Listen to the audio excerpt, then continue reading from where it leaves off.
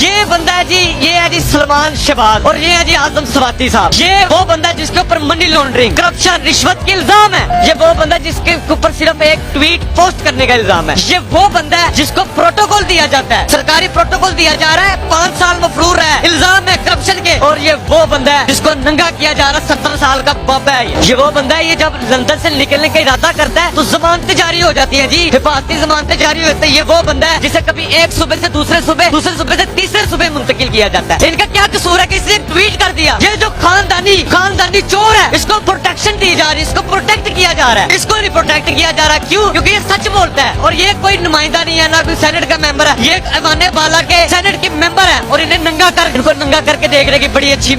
یہ وہ بندہ ہے جسے پاکستان آتے ہی ہائی کورٹ سے ضمانت مل گئی ہے اور یہ وہ بندہ ہے جو عدالتوں میں ذلیل ہو رہا ہے، ضمانت کے باوجود رہائی نہیں مل رہی. ان کو کوئی ریمانڈ نہیں، 5 سال بعد ہے کوئی ریمانڈ نہیں، ان کو ریمانڈ پہ ریمانڈ. یہ وہ بندہ ہے جو یہاں سے مفرور ہے 5 سال سے اور یہ وہ بندہ ہے جو یہاں کی عدالتوں میں اور یہاں کے تھانوں میں دھکے کھا رہا ہے. یہ اصل میں ان کو ننگا نہیں کرتے اعظم سواتی کو، یہ پورے نظام کو ننگا کرتے ہیں، یہ پوری عدلیہ کو ننگا کرتے ہیں، پورے پاکستان کو ننگا کرتے ہیں. یار یہ ہمارے ملک کا نظام ہے، ہم اس لیے آئے، ہم ان کے غلام ہیں. سر ہم نے تو غلامی بڑی دیر سے مسترد کر چکے ہیں. یہ پتہ نہیں ہم کس چیز پہ اچھل رہے ہیں.